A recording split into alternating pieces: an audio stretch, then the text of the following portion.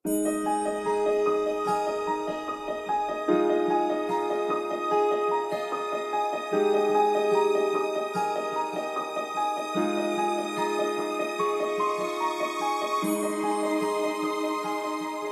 intinya saya hari ini ketemu dengan kalian. Saya senang ya, senang karena udah lama gitu, nggak ketemu dengan mahasiswa tepatnya udah lama. Jadi tadi benar Feli cerita, dulu saya PLT 25. Em, saya bidangnya banyak dulu, 3 tahun juga sih saya di KSM. Awalnya saya itu PSDM, terus saya humas, terus terakhir saya lupa antara penelitian atau penulisan gitu. Nah, oh ya ngomong-ngomong mau virtual backgroundnya, Vel.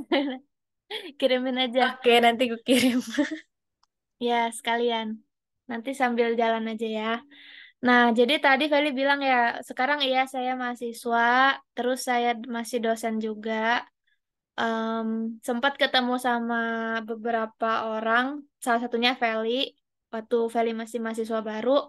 Terus Feli lanjut mahasiswa, saya ikut juga jadi mahasiswa. Nah, tadi psikolog ya, psikolog di Apsara. Jadi Apsara itu Talent Development Center. Karena basicnya saya psikolog dan ketika saya kuliah, em, saya perlu sebuah wadah untuk tetap channeling gitu, channeling jiwa-jiwa psikolognya. Artinya kita menjalankan program-program konsultasi, juga asesmen atau psikotes, terus juga konseling ya. Biasanya yang ke Apsara itu umumnya fresh grad atau justru mid career. Jadi mereka udah kerja misalnya 5 sampai 10 tahun, lalu bingung gitu. Biasanya isu utamanya adalah tentang karir. Karir atau masa depan gitu. Kayak setelah ini mau ngapain. Nah, itu paling sering datang ke Apsara untuk diskusi gitu tentang next step-nya mau apa gitu. Jadi saya praktek di situ secara virtual tapi ya, jadi diskusi via Zoom, konseling gitu.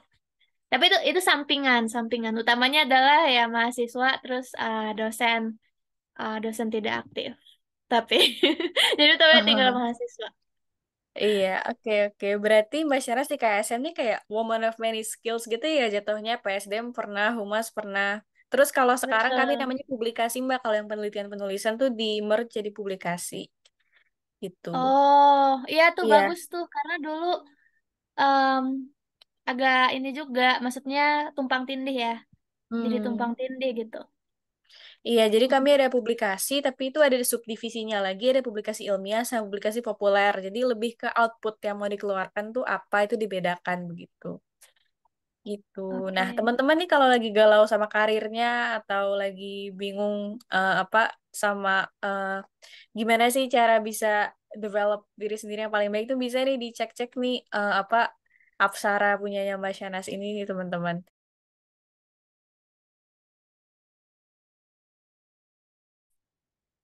Nah, halo semuanya. Jadi, em, selamat datang ya, selamat pagi. Kalau tunggu ini, udah kelihatan ya layarnya? Sudah, Mbak. Ya. Nah, selamat pagi dan thank you semuanya udah mau hadir gitu di pagi-pagi ya. Kalian boleh sih, maksudnya 30-40 menit pertama, ya sampai jam 10 lah gitu. Sorry, sampai jam 9 kumpulin nyawa gitu kan. Sambil dengerin dulu itu nggak apa-apa, asal jangan ketiduran. Cuma nanti berikut-berikutnya itu kalian eh, nggak bisa dari HP gitu. Karena akan ada hal yang perlu dilakukan sama teman-teman. Jadi take your time aja buat menyiapkan diri. Em, nah, tadi saya udah diperkenalkan sama Feli. Makasih banyak, Fel, udah kenalin. Jadi hari ini kita ingin bahas dasar-dasar penulisan. Nah, saya mendesain ini untuk jadi sesuatu yang ringan dan doable. Maksudnya, saya yakin karena ini kan intinya introduction ke teman-teman ya sebagai anggota KSM gitu. Dan intinya kalian jangan sampai melihat penulisan sebagai sesuatu yang sulit gitu. Jadi kayak sulit duluan. Nah, saya mau infokan kira-kira basicnya apa aja sih dalam penulisan gitu. Nah, kalau kita udah tahu basicnya, sisanya adalah lebih ke latihan gitu. Di penulisan itu nggak jauh dari latihan gitu sebenarnya. Nah, dan kita akan berproses gitu dari pengalaman pertama kita menulis ya, maksudnya yang khusus nulis bukan karena tugas kuliah loh. Kita nulis sesuatu karena kita ingin menulis sesuatu. Nah, dari pengalaman pertama itu sampai berikut-berikutnya itu kita mengalir biasanya dan progressing. Nah, KSM ini adalah wadah yang sangat baik sekali sebenarnya untuk kalian bisa progressing tadi, bisa berlatih. Karena minimal di teman-teman yang sekarang nih yang ada di Zoom sama-sama, minimal kalian punya alasan gitu untuk akhirnya kemarin join kan, mendaftarkan diri untuk KSM. Apapun alasan itu ya setiap orang macam-macam. Cuma salah satunya kalian pasti tahu bahwa namanya juga kelompok studi mahasiswa itu ada unsur penulisannya gitu. Jadi kan bisa ketemu temen intinya gitu, ketemu temen yang nggak terlalu jauh interestnya. Jadi tadi udah diperkenalkan nih saya overview sekilas aja karena tadi kita sudah kenalan. Intinya kalian bisa panggil saya Mbak Syanas. Em, Dulu saya angkatan 2010 sih intinya gitu. Kalau sekarang kalian kan 2021, 2022 ya kan? Berarti kira-kira tapi saya cepat masuk kuliah sebenarnya gitu. Jadi ya kurang lebih kita memang bedanya 10 tahun lah gitu. Kurang lebih, makanya kalian umuran adik saya sebenarnya. Nah, ini 4 hal yang akan kita mau kita bahas. Porsi paling besarnya sebenarnya nanti kita akan lebih lama di nomor 1 dan 2 menemukan ide karena sebenarnya itu yang paling jadi kendala banyak orang ketika mau menulis karena suka merasa idenya nggak ada gitu, nulis apa ya, bingung bingung gitu, kayaknya nggak ada sesuatu yang menarik gitu untuk ditulis. Em, jadi kita akan banyak bahas ke situ dulu. Lalu berikutnya kita akan bahas sebenarnya struktur dasarnya seperti apa. Lalu koherensi ya. Kalau kita mau menulis itu yang koheren itu sebagaimana. Dan diawali dengan kita membahas apa sih koherensi gitu kan. Ini itu istilah apa gitu. Baru yang terakhir citasi dan referensi. Dan juga ada parafrase. Kita lanjut ya. Jadi intinya kalian semua dengan cerita kalian tadi, pastinya penulisan bukan hal yang asing sebenarnya buat kalian. Jadi sedikit banyak pengalaman kalian udah ada, ya kan? Udah ada pengalamannya dan itu nanti bisa kalian apa ya, asah lebih lanjut gitu melalui keterlibatan di KSM. KSM itu ngebantu gitu. Dulu saya ini sharing sebagai apa alumni KSM.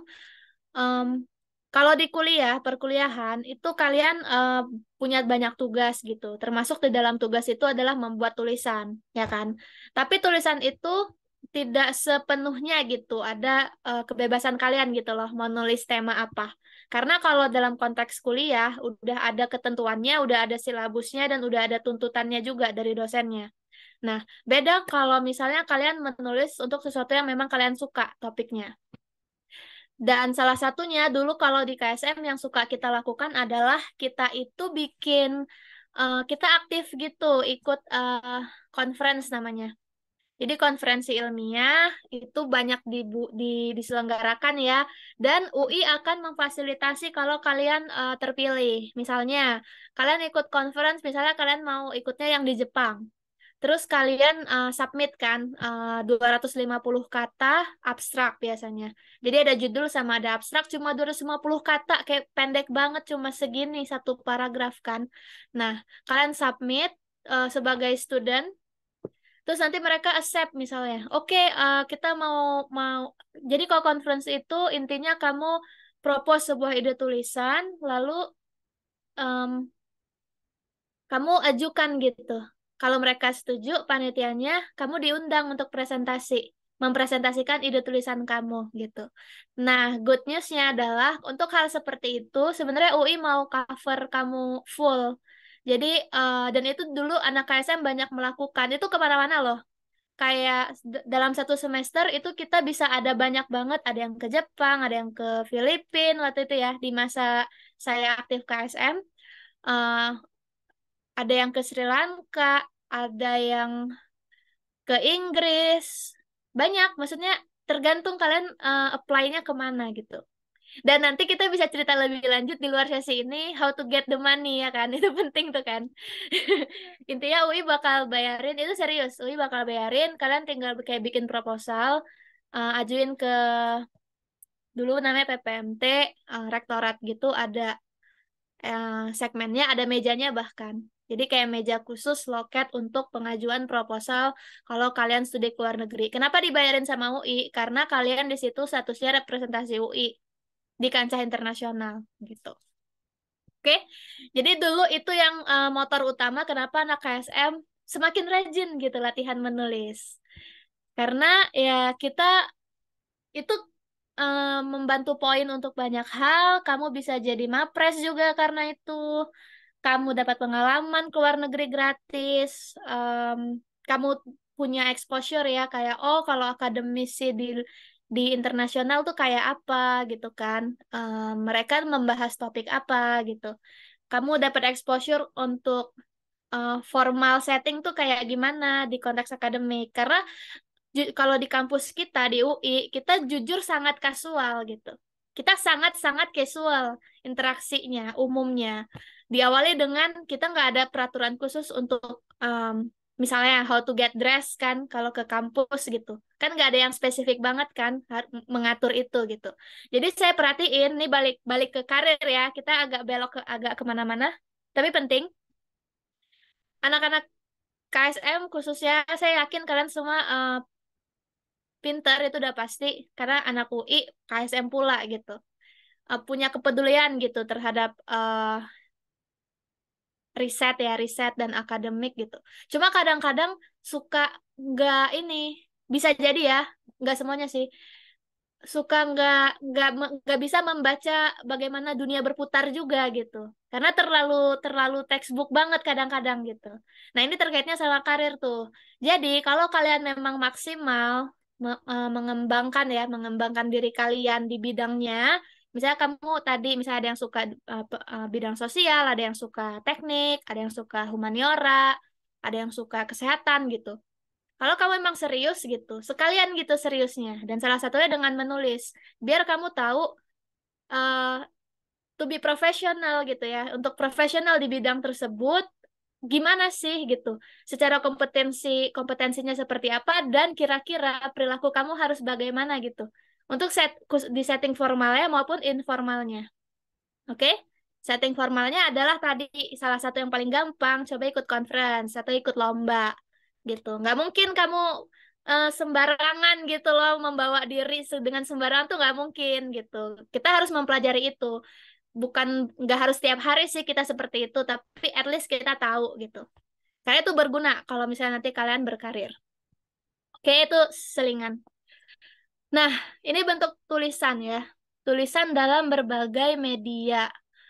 Em, yang paling akrab sama kita biasanya ini ya, media akademik. Misalnya kita bikin artikel ilmiah, kita bisa bikin chapter. Em, itu banyak tuh. Kalau kalian browsing, nanti kalian bisa ketemu tuh. Call for proposal gitu, book chapter. Dan kalian bisa bikin book chapter nanti disatuin jadi buku. Dan dulu salah satu proyek KSM juga itu. KSM itu coba untuk memproduksi buku sendiri dan mereka meminta setiap anggotanya tulis buku tulis singkat aja gitu paling 8 halaman gitu sesuatu yang buat kalian penting gitu atau kalian dapat insight tertentu gitu ya terus dikumpulin nah itu jadi buku gitu dan bukunya dijual siapa yang pasti mau beli pertama orang yang terdekat kalian. Kedua, alumni pasti mau beli. Ketiga, itu biasanya toko-toko buku indie gitu mau tuh, mau beli. Dan itu bisa kalian pakai jadi danus. Bisa banyak cerita pengalaman-pengalaman KSM pada masanya gitu. Sebenarnya seru sih, seru banget. Saya ketemu orang gitu di pesawat sebelahan. Siapa coba? Oh, ternyata alumni KSM gitu. Itu nggak cuma sekali gitu. Jadi sebenarnya kalau kalian tracing dengan baik, KSM ini tuh menyenangkan gitu ya. Tapi kalian harus explore gitu supaya kalian tahu gimana serunya gitu. Oke, ini lanjut. Akademik, populer. Tulisan populer itu kalian coba bikin artikel ke majalah.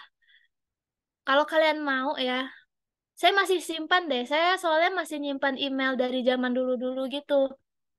Dulu kita bahkan dibagiin gitu loh. Ini ya kira-kira copywritingnya kalau misalnya mau submit tulisan ke majalah, apa yang perlu kamu tulis di emailnya gitu. Terus kira-kira tipe tulisan seperti apa. Dan kira-kira kamu bisa expect dibayar berapa. Itu kita share gitu. Kita share informasi itu. Untuk artikel di majalah yang bahasa Inggris gitu, sekali kamu submit tulisan, kamu bisa dibayar sekitar 1 juta. Kalau koran nasional, misalnya kayak Jawa Pos gitu, yang bahasa Indonesia tapi yang nasional gitu, sekali masuk tulisan itu 500-700 ribu. Jadi mahasiswa yang nulis ke situ, kalian tuh dapat bayaran gitu.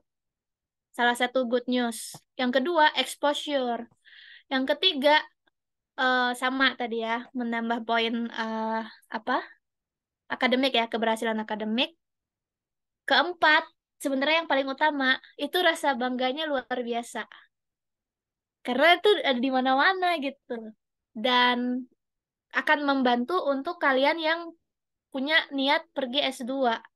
Kan sekarang kita anggap S1 ya, atau vokasi. Kalau kalian ada rencana untuk S2, di nih ya, jujur, jujur. Karena I've been there, C. Karena I've been there. Dan ini kalau misalnya ada yang tanya gimana cara dapat beasiswa, saya kan dapat ya Fulbright ya. Jadi Fulbright itu paling susah gitu. Jujur, itu paling susah, men. Saya bilangin ke teman-teman dan ke semua mahasiswa yang udah saya masukin ke LPDP atau yang lain, mereka dapat S2. Jauh lebih berharga pengalaman kalian publikasi tulisan dibanding pengalaman kalian organisasi atau kepanitiaan. Karena organisasi itu selalu ada. Logika aja. Organisasi di setiap kampus pasti ada, kepanitiaan di setiap kampus pasti ada, gitu. Agak sulit kita membangun sebuah nilai tambah ya, added value dari sesuatu yang konsisten ada, gitu. Kebayang ya? Setiap tahun akan selalu ada ketua BEM, setiap tahun akan selalu ada ketua panitia dan lain-lain. Nah, eh, d- dulu magang itu jadi sesuatu yang unik. Dulu, karena magang nggak wajib. Tapi sekarang dengan magang itu wajib, semua orang punya pengalaman magang gitu. Tinggal berlomba-lomba magangnya kemana gitu kan. Semakin prestis tempatnya, semakin seolah rasanya semakin jadi sebuah prestasi gitu. Pembelajaran di tempat itu juga pasti banyak. Bukan berarti jelek ya, tapi itu sekarang common gitu. Apa yang nggak common? Yang nggak common selalu sesuatu yang sifatnya orisinal karya pribadi. Mau itu misalnya ya, sebuah buku kumpulan puisi gitu. Beberapa orang mungkin memandangnya, ya puisi kayaknya semua orang bisa bikin gitu. Tapi kamu punya nggak gitu? Sebuah cerpen misalnya gitu ya. Cerpen kayaknya tiap hari juga cerpen gitu. Di majalah Bobo dulu juga cerpen, kayak sesuatu yang kayaknya biasa gitu ya. Kan ada tuh yang mandang kayak gitu. Tapi kamu punya nggak gitu? Sesuatu yang orisinal, publikasi dari kamu sendiri gitu. Nah, justru untuk kalian yang pengen panjang langkahnya, misalnya mau sekolah lagi, mau mau apa kerja atau mau misalnya merintis usaha. Merintis usaha mau nggak mau butuh modal, artinya harus pitching. Pitching artinya pitching ke investor gitu. Itu semua butuh sesuatu yang otentik dari kamu gitu. Dan hal otentik adalah produksi pribadi. Termasuk diantaranya adalah ini, tulisan. Kalau kalian misalnya suka nyanyi, terus kalian penyanyi beda kan? Penyanyi nyanyiin lagu orang sama dia punya lagu sendiri, gitu sih analoginya. Nah, oke. Nah, jadi ini artikel blog. Artikel blog tuh termasuk tulisan juga, situs pribadi, content creation, itu juga oke gitu. Pokoknya sesuatu yang memang kalian produce sendiri. Nilainya jauh lebih tinggi gitu loh dibanding misalnya kalian ikutin flow ya, flow apa yang ditawarkan di lingkungan gitu.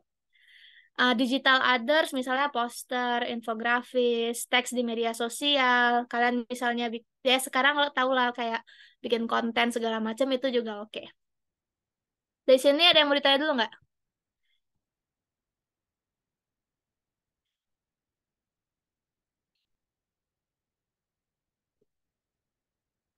Saya belok ya, belok, belok, belok, belok. Karena itu itu penting banget gitu. Dan itu benar-benar soalnya gini, ada mahasiswa S1 psikologi UI eh itu bisa loncat, bahkan bisa loncat gitu loh, bisa skipping S2 gitu. Kalau kalian misalnya tujuannya ke Amerika, kalian bisa skipping S2, bisa langsung S3. Em, satunya anak KSM, satunya bukan gitu. Yang anak KSM malah udah mau lulus sekarang gitu. Itu yang saya kenal, yang saya nggak kenal langsung lebih banyak lagi gitu. Jadi, nah ini kalian bisa tentuin mana yang sesuai dengan keunikan kalian gitu. Kalian lebih ke akademik kah atau sebenarnya lebih ke arah tulisan populer, digital text atau digital others. Oke, ini contoh. Kalau yang akademik, kira-kira ini. Ini saya kasih contoh yang dari yang saya dulu. eh Kalau lihat ininya doang kayak berat banget gitu. Tapi sebenarnya dijalaninnya kayak yang tadi saya cerita. Ik- ikutin aja dulu basicnya gitu, utamanya basicnya. eh, Seiring waktu terus kita latihan gitu. Jadi dulu saya banyak eksperimen. Waktu saya bikin tulisan ini conference yang tadi saya cerita. Conference-nya yang ini saya lupa deh conference-nya di mana. Minta maaf, tapi ini conference. Kalian bisa lihat ya, Conference on Social Science tahun 2016. Saya belum jadi dosen. Kayak saya lagi kuliah. Saya lagi kuliah.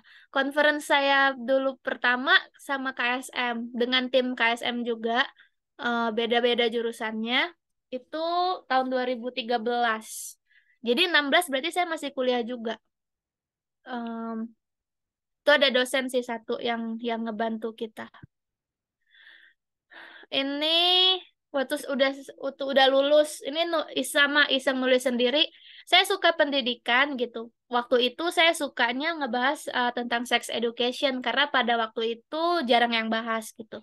Di Indonesia juga kayaknya nggak ada karena masih pro kontra. Em, dan ini book chapter. Jadi ada buku yang nerbitin tuh Taylor and Francis. Itu grupnya Roulette, Roulette kalau nggak salah. Kayak Springer gitu, tapi Roulette. Nah, ini book chapter.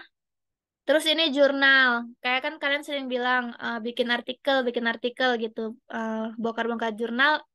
Ini jurnal. Tapi memang topiknya ya itu topik saya gitu. Makanya kalau kalian tentuin dulu gitu. Kalian sebenarnya suka topik apa, interest di bidang apa, baru kemudian didalemin. Tapi nggak cuma itu nih sebagai overview.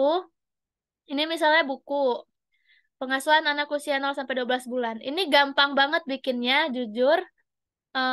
Dan intinya gambarnya yang lucu karena ini zamannya belum content creation pada masa itu. Tapi eh ya mulai orang mulai memahami, oh tulisan itu kalau ada gambarnya lebih bisa diterima nih sama publik gitu.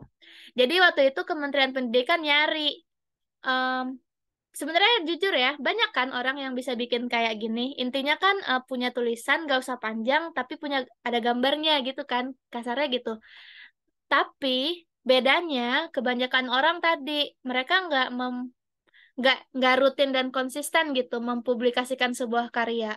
Nah, justru konsistensi itu yang perlu dibangun sehingga entah gimana dapet deh gitu. Waktu itu yang menghubungi mereka. Jadi mereka yang menghubungi saya.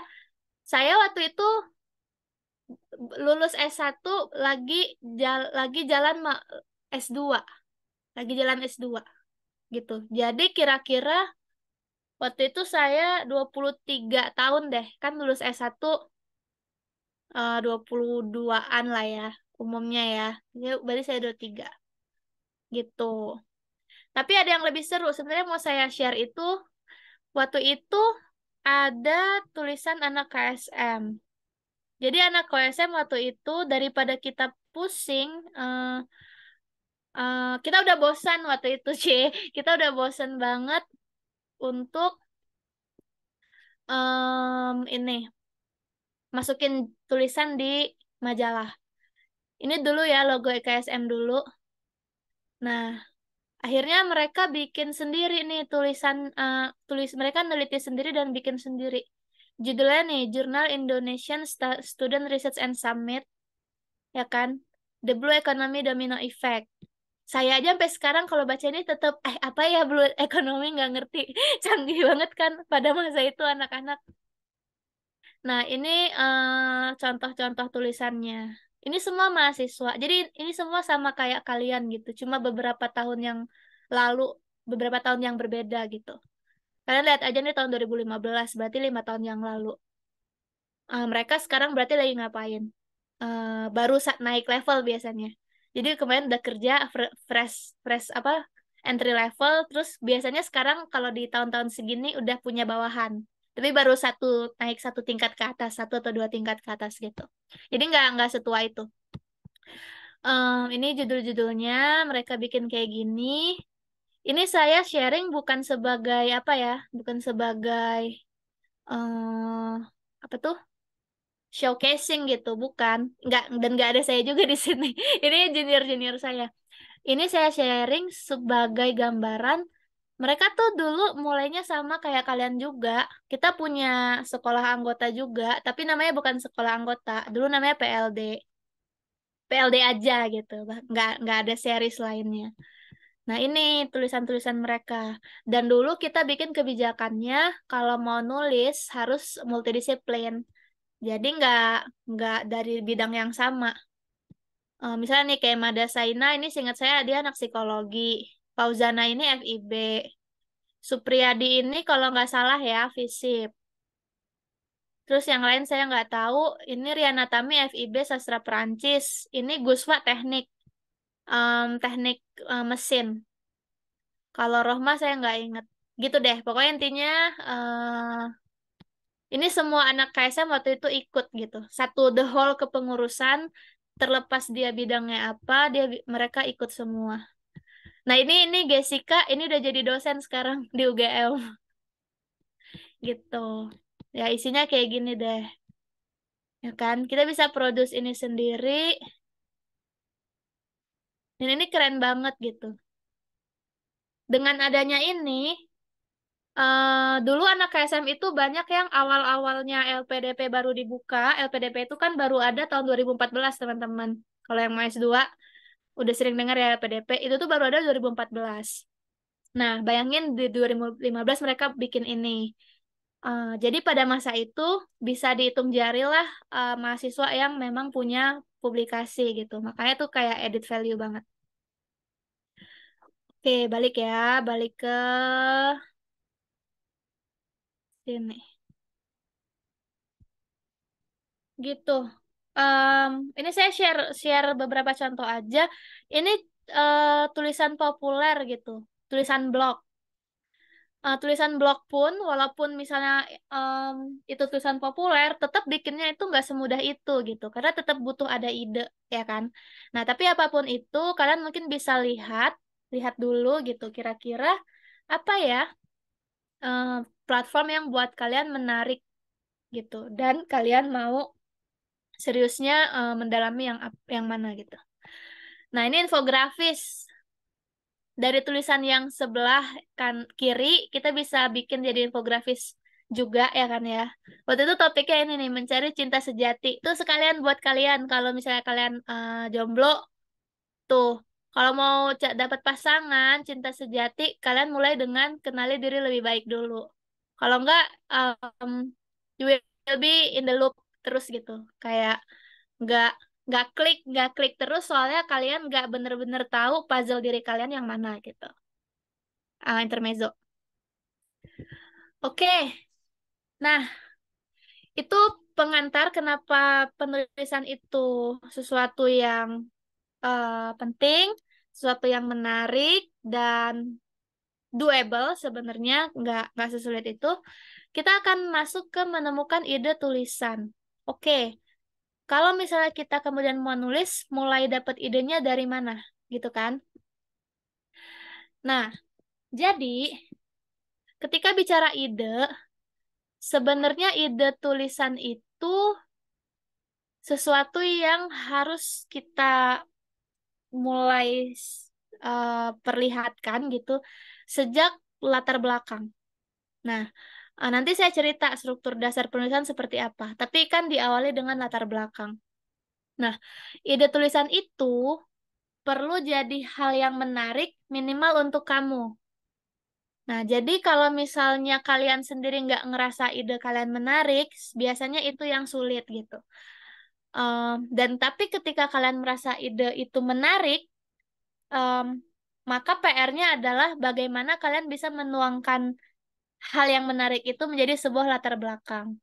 Nah, jadi latar belakang itu memang fondasi dari semua tulisan. Intinya, em, kenapa tulisan itu layak untuk dibaca selalu dapat ditinjau dari latar belakangnya, gitu. Kalau buat tulisan yang sifatnya populer juga sama.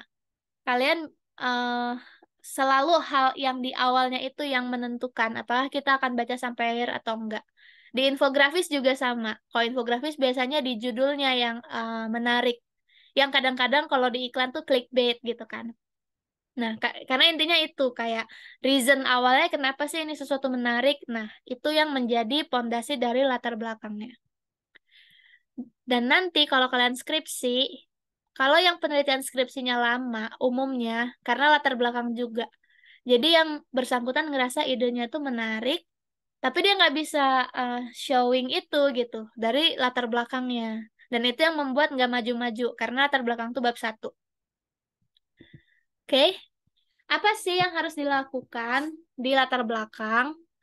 Sebenarnya sesuatu ide menjadi menarik bukan karena dia itu jelas, justru karena dia masih nggak jelas. Nggak jelasnya tuh apa gitu kan? Apa sih maksudnya nggak jelas? Nggak jelas karena ada gap gitu. Ada kesenjangan antara apa yang kalian ketahui dengan apa yang kalian temui. Jadi ini ada di bagian ini kalian bisa tabrakin.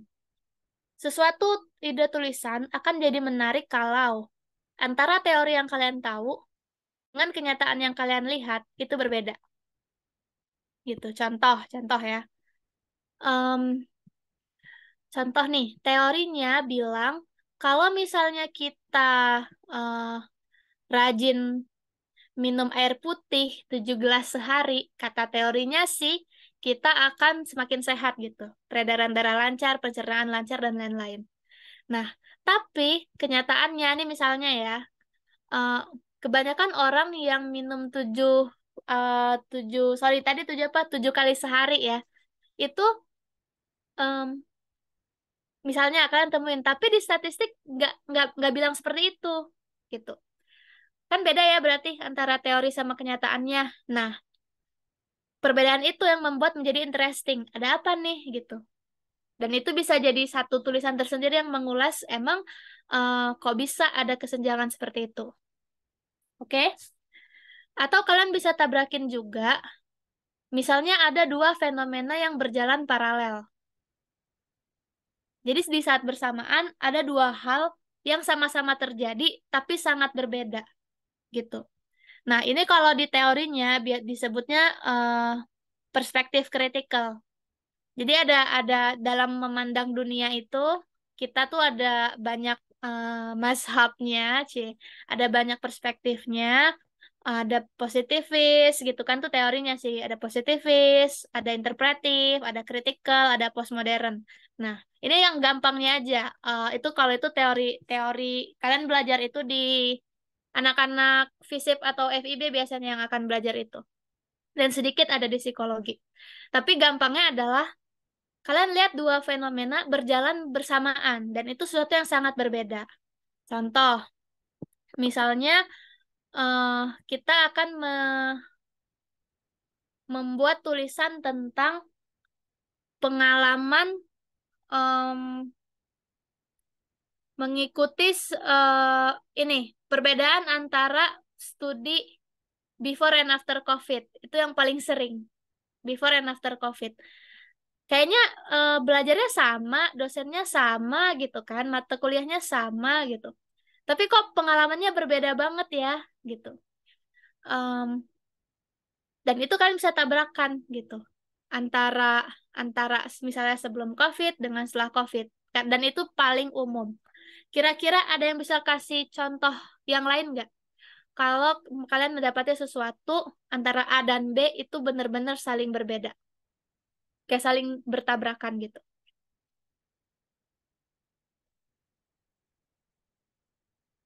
Ada nggak yang bisa kasih contoh? Kalian melihat sesuatu yang sangat berbeda tapi berjalan paralel gitu.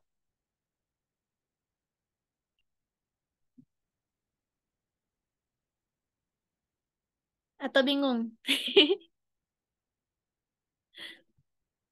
Oke. Sebelum dan sesudah banyaknya model AI yang keluar. Indira ya. Misalnya, misalnya apa tuh, Indira? Model AI yang dimaksud. Eh, kayak ChatGPT, Mbak. Terus ChatGPT. ya Google Bard, Bing juga itu kan udah mulai banyak.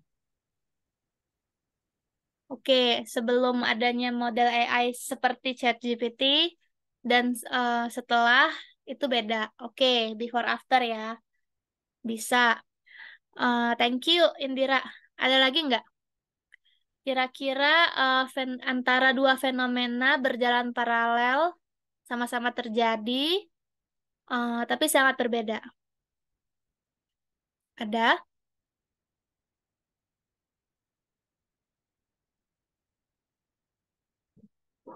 Paling gampang di fenomena AB ini memang before after, kayak sebelum atau setelah. Tapi ada juga beberapa hal yang dia benar-benar terjadi bersamaan gitu. Misalnya, em, bagaimana mau kalau ke arah sedikit budaya ya, misalnya bagaimana tradisi pernikahan gitu ya. Tradisi pernikahan em, artis di Indonesia gitu dengan kalau ada artis menikah di luar Indonesia, sebutlah misalnya di Australia gitu. Lebih fokus lagi spesifiknya. Kalau misalnya kalian browsing, coba ada nggak sih di negara lain selain Indonesia yang nayangin pernikahan artis gitu eh 48 jam nonstop. Di Indonesia tuh ada. Karena kita beli kan, kita beli lisensinya gitu. Kita eh, orang yang berlomba-lomba gitu kan untuk supaya punya lisensi, punya otoritas gitu untuk menayangkan sebuah acara pernikahan tersebut. Nggak cuma 24 jam loh, 48 jam. Nah, di tempat lain ada nggak gitu? Kalau misalnya ada, nah kamu bisa tuh mengeksplor lebih dalam dengan fenomena itu gitu. Kenapa sih di sini lebih itu dimungkinkan? Nah, kalian bisa membahas dari perspektif macam-macam nih. Kalian bisa bahas dari culture penontonnya misalnya. Kalian bisa bahas juga dari regulasi em, apa? Regulasi penayangannya gitu. Kalian bisa bahas dari aspek hukum, misalnya aspek hukum terkait itu tadi ya informasi publik seperti apa. Apalagi kalian bisa bahas dari segi psikologinya. Kalau kalian psikologi, ada nggak ya faktor psikologis yang menjelaskan hal tersebut gitu? Ketika di suatu budaya misalnya pernikahan itu sangat private, semakin semakin private semakin elit gitu.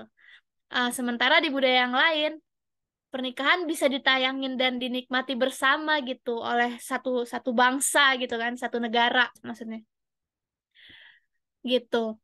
Ini ada Hana bilang nih, narcissism itu suatu hal yang baik karena dia bisa pede tampil, bagus untuk peran-peran eksekutif di organisasi gitu ya.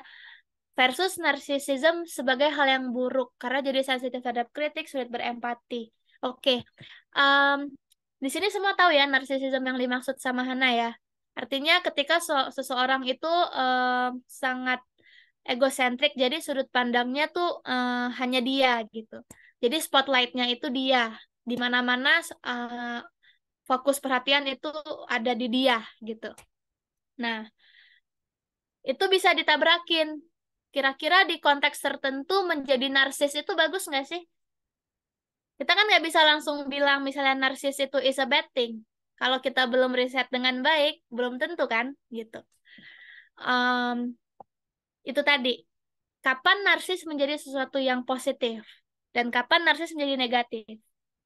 Atau apakah narsis itu sendiri punya em, punya derajat yang berbeda gitu, degree-nya ya, intensitasnya itu beda. Jadi kalau narsisnya kebangetan itu jadi jelek, atau kalau misalnya narsisnya cuma sedikit itu malah bikin performa jadi baik, gitu loh. Nah, itu bisa ditabakin. Thank you, Hana. Indra, dalam teori ekonomi, permintaan akan meningkat kalau harga barang semakin rendah. Tapi dalam kasus barang antik yang terjadi malah sebaliknya. Oke, kalau harganya semakin rendah, orang makin banyak mau. Kalau di barang antik, semakin rendah malah kayaknya nggak berharga gitu kan. Harus semakin tinggi gitu. Dan kalian tahu nggak, kalau misalnya di situs lelang gitu, orang tuh memang ada yang tugasnya untuk terus-terusan melempar harga supaya orang-orang yang sebenarnya lelang itu dia apa keep ini ngasih bid-bidnya gitu, ngasih apa harga lebih tinggi lagi gitu, apa bidding terus gitu. Oke, Indra. Nah, itu bisa dijelasin. Tadi kan Indra angkat kasus barang antik. Kira-kira ada nggak sih barang lain yang juga kayak gitu? Ada nggak selain barang antik yang kalau harganya eh, semakin semakin mahal, justru orang semakin mau gitu. Itu bisa dibahas banyak-banyak juga tuh. Teori ekonomi bisa.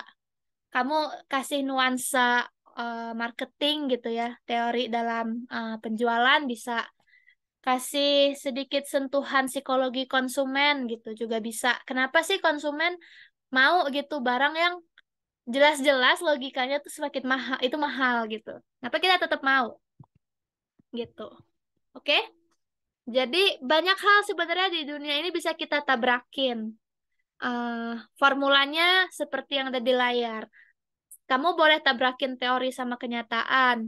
Misalnya kayak tadi, ada nggak teori ekonomi yang menjelaskan ini?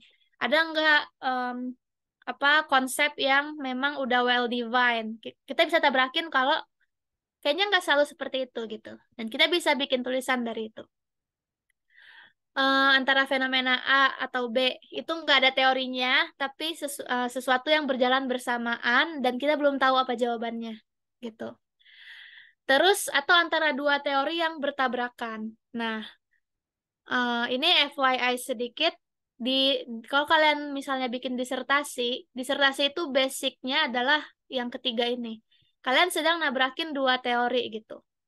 Dan kalian memilih sebuah konteks untuk nabrakinnya. Intinya disertasi adalah itu gitu. Bidang apapun sama.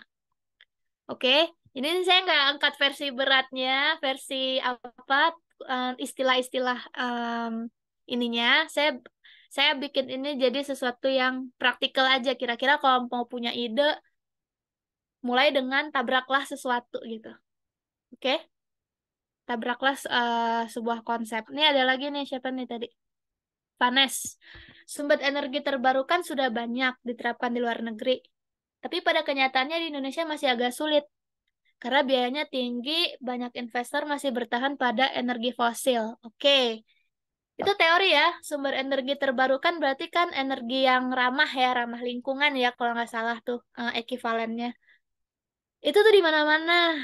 Itu tuh terjamin aman segala macam. Tapi kenapa masih susah masuk ke Indonesia?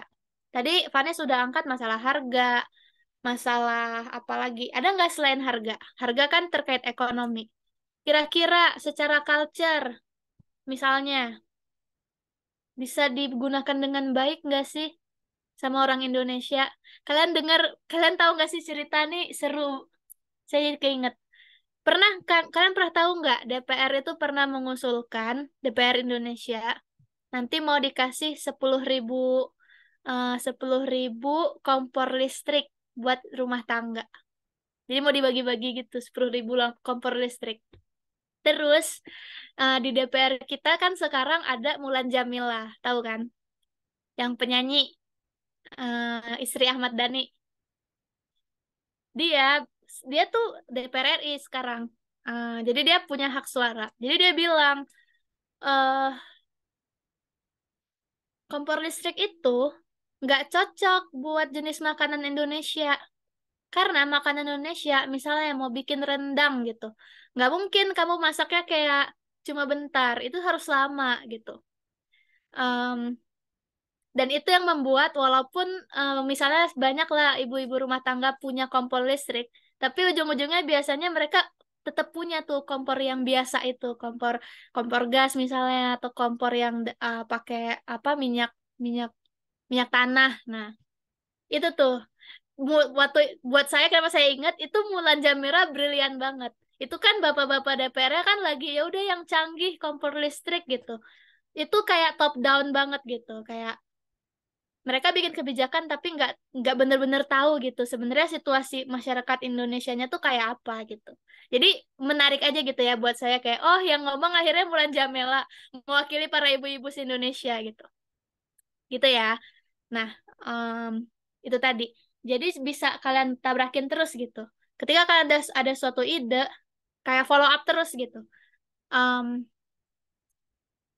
ini formula dasarnya, maka apa yang bisa dilakukan? Kita ke sini dulu deh.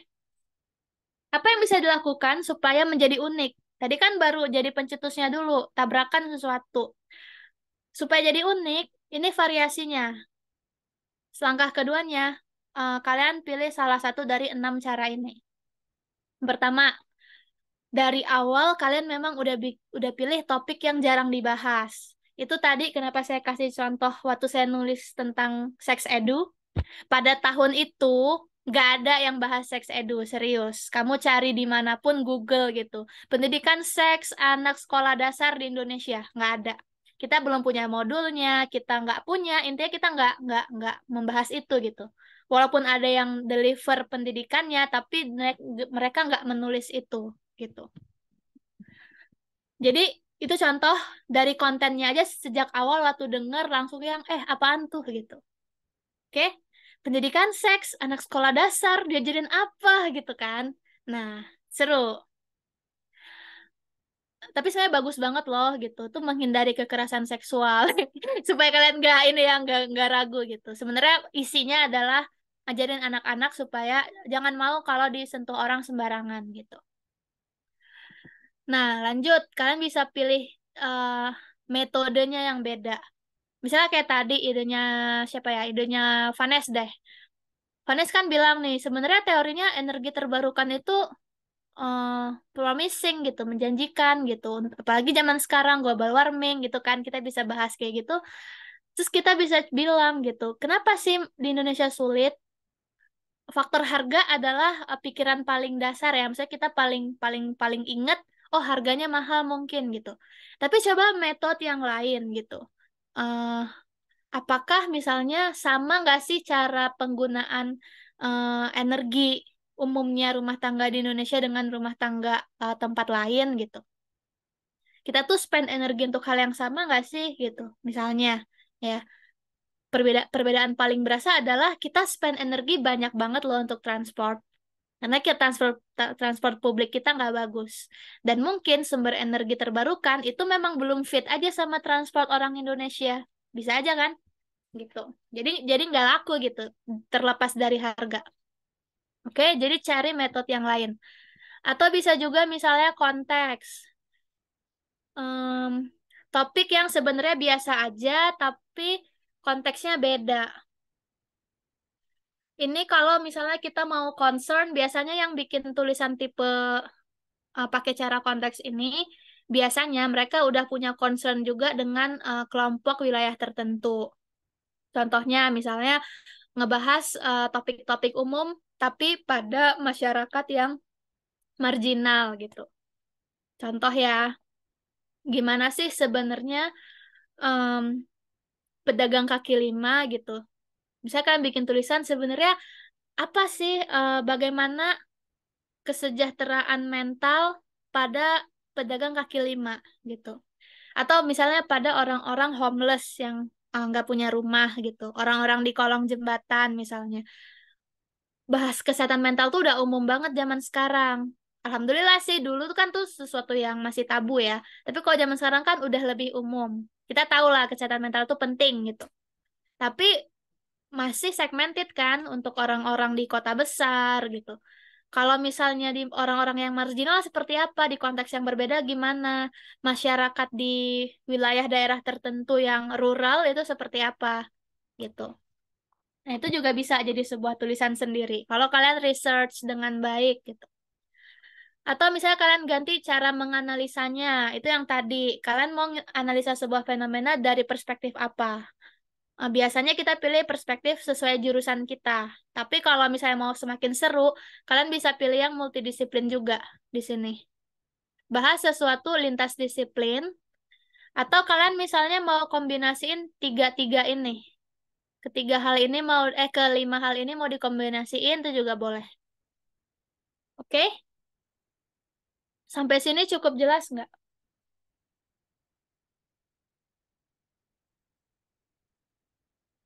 Jelas. Jelas? Oke. Kalau ada yang bingung langsung tanya aja ya. Nah, ini sekarang saya mau, karena kalian jelas, saya mau kasih kalian kasus nih. Bukan kasus, sebenarnya saya kasih potongan video pendek buat pemancing aja. Dari situ kalian kembangin gitu. Kira-kira habis nonton video itu, kira-kira ya, ide tulisan apa yang bisa kalian buat gitu. Kalau kalian ngikutin ini tadi. Tabrakin misalnya teori yang kalian tahu dengan kenyataan. Kenyataannya misalnya yang di video itu ya. Atau antara fenomena A sama B, video itu sebutlah fenomena A, dan kalian tahu sesuatu yang jadi pembanding fenomena B-nya. Atau kalian punya dua teori yang sama-sama bisa ngejelasin yang ada di video, tapi penjelasannya beda gitu. Oke? Saya kasih linknya. Kalian coba nonton, atau kita nonton sama-sama gitu kali ya, Vel? Boleh Mbak, tapi di set dulu berarti share screen-nya jangan lupa share audio juga. Eh, saya share linknya ke sini juga ya.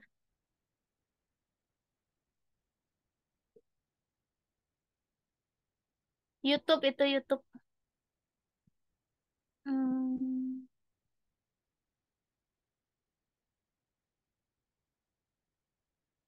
Yang suka YouTube, yang suka buka YouTube pasti tahu. Ini saya ambil salah satu video aja di Asvisen. Tapi dari sini em, banyak ide biasanya. Terakhir tuh saya buat anak-anak mapres psikologi tuh saya suruh mereka nonton ini juga. Terus come up dengan ide apa gitu. Oh, share-nya pakai sound ntar. Em, mm, mm.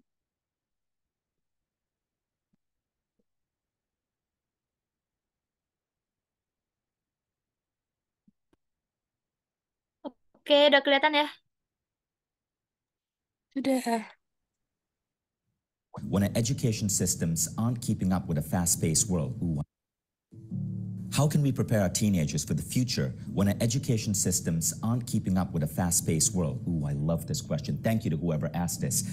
The big problem today in our world, right, is that exponential technological change is rendering so many things in terms of what our kids are learning obsolete. 45% of jobs today will not exist 10 years from now. And it's crazier. According to Singularity University, between 2016 and 22, we're going to see as much technological change in the world as the entire 100 years between 1900 and 2000. Think about that. So the idea is this: stop asking your teenager, what do you want to be when you grow up, or what do you want to study? Those are dangerous questions. They are wrong questions. They get a teenager stuck on an idea of their future for a world that will no longer exist. When you ask that to a kid, they're going to say, well, I want to be a lawyer. Maybe I'm thinking about becoming a doctor. Maybe I want to be an engineer. Maybe I want to go into marketing. All of these careers, all of these jobs are changing because of robotics, because of artificial intelligence, because of advanced algorithms and emerging new technologies. These are changing at a rapid pace. Peter Diamandis said 10 years from now, you will not want a doctor operating on you. You're going to be operated on by robots. But it's not just technological change. It's also that so many jobs today are utter bullshit. They do not produce anything that's actually valuable or progressing the human race. They are jobs in large multinational food companies where your entire career is about thinking up ways to come up with fancier names for sugar so you can put garbage into people's bodies, or to come up with ways to brand high fructose corn syrup as happiness in a red can. And America's MBA graduates take these jobs, seduced by the high salaries and the perks of these companies, and then forget that they are spending the rest of their lives putting out what is essentially a crap-tastic product to the human race. You do not want that happening to your teenager. So here's what you do want to ask your kid. Ask them, not what do you want to be when you grow up, but how do you want to contribute to the world when you grow up? That question changes everything. When you ask a kid, how do you want to contribute to the world? You're not putting them down a narrow path. You're having them open up their mind to a whole field of possibilities and to a life that's about meaning and contribution. They're less likely to be seduced into a bullshit job selling more crap that we don't need. Now, I asked this question to my son Hayden when he was 7 years old. Back then in our city, there was an air pollution problem. And Hayden said, well, I want to contribute to clean air. And immediately this opens up a field of possibilities. I asked him, well, how would you like to do that? And he came up with ideas such as, well, I could go work for Tesla and work for an electric vehicle company. I could open up a car dealership selling electronic cars. I could become an engineer and work on clean air technology. All of these possibilities open up, but no, it's not about becoming an electric car dealer or becoming an engineer. It's about solving the problem of clean air. When you ask these questions to your teenager, not the question of what do you want to be when you grow up, but how do you want to contribute to humanity, you help them get on the right path. You help them emerge into a life, into a career that's actually giving back to the human species. And those are the careers that give us the greatest amount of fulfillment. These are the people we need in the world today. So remember. Oke. Dia ini ya, vibe-nya dead banget ya. Imagine don't ask this question to your teenager, bla bla bla. Oke, intinya di video tadi dia bilang gitu. Kita kan seringnya gitu ya, kalau misalnya ngomong tentang masa depan, itu kita mau jadi apa gitu. Sebenarnya itu pertanyaan salah gitu. Pertanyaannya adalah kalau misalnya dan buat kalian juga, apa sih hal apa gitu, isu apa yang buat kalian penting dan matters, dan kalian mau devote atau mau mendedikasikan waktu kalian gitu untuk berkutat dengan permasalahan itu. Nah, dari situ baru muncul opsi-opsi karir yang mungkin untuk kalian itu apa. Dan termasuk jurusannya itu akan fit dengan itu atau enggak, dan kalau enggak juga langkah berikutnya harus seperti apa gitu. Yang pasti yang paling dasar adalah kita coba browsing dari tulisan-tulisan yang ada gitu. Artinya kamu kayaknya ini bukan yang tipe harus ambil data langsung gitu. Jadi misalnya kamu kayak interview atau kasih kuesioner atau observasi FGD, nggak tipe yang seperti itu. Soalnya yang sedang ditabrakkan adalah antara dua teori gitu. Dan ketika menabrakkan teori, umumnya langkah awalnya adalah kita studi literatur dulu yang komprehensif gitu. Komprehensif melihat apakah memang ada keterkaitan antara dua hal yang tadi disebutkan. Nah, dalam proses kita melakukan telaah tersebut, jadi studi literatur yang komprehensif itu akan jadi sebuah tulisan tersendiri macam-macam bentuknya. Kita bisa bentuk jadi systematic literature review, atau kita bisa juga bilangnya sebagai scoping review. Itu ada banyak sih. Dan itu detail ya. Maksudnya panjang pembahasan itu sendirinya, itunya sendiri udah panjang gitu. Tapi intinya bisa untuk dibuat tulisan seperti ini. Oke, Iqbal, thank you udah sharingnya. Thank you udah sharing sambil di jalan ya. Oke, ini tadi ada yang baru masuk juga. Intinya saya baca ya, saya baca masing-masing yang udah dikirimkan. Dan kalian bisa lihat sebenarnya dengan satu video sangat singkat itu 3 menit nggak nyampe videonya. Reaksi kalian itu sudah bisa menjadi satu cikal bakal tulisan sendiri gitu. Nah, sebenarnya itu yang paling penting ya ketika misalnya ini panitia kan minta mengangkat ya. Sebenarnya yang paling dasar dalam penulisan itu apa?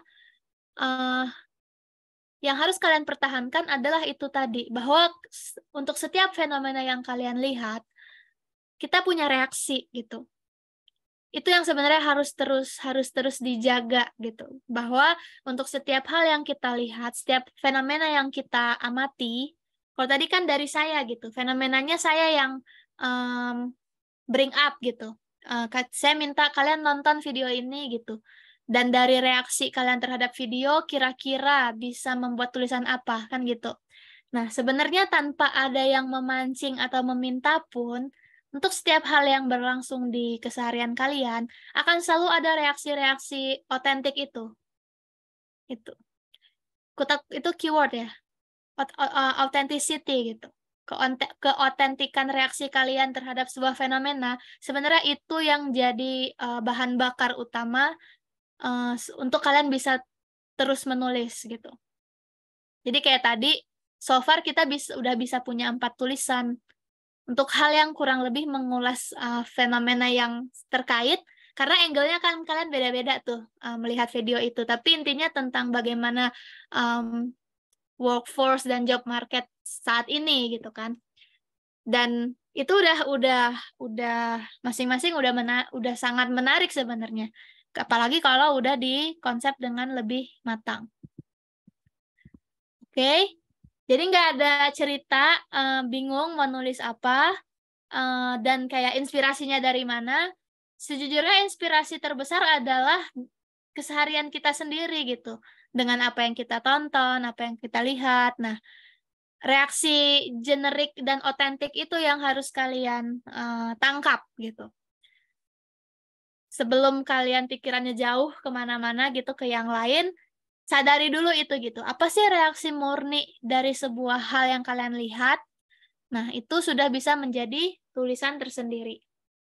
Nah, saya akan untuk struktur tulisannya, saya nggak akan terlalu panjang di sini karena saya tahu ada rangkaian mendalam ya di masing-masing aspek-aspek ini nanti. Tapi secara gambaran besar, tadi kita udah bahas juga sambil diskusi, akan selalu ada latar belakang, isi, dan penutup. Dan latar belakang tadi kita udah singgung, di situ letak kenapa sebuah ide itu menjadi valid gitu untuk dibahas.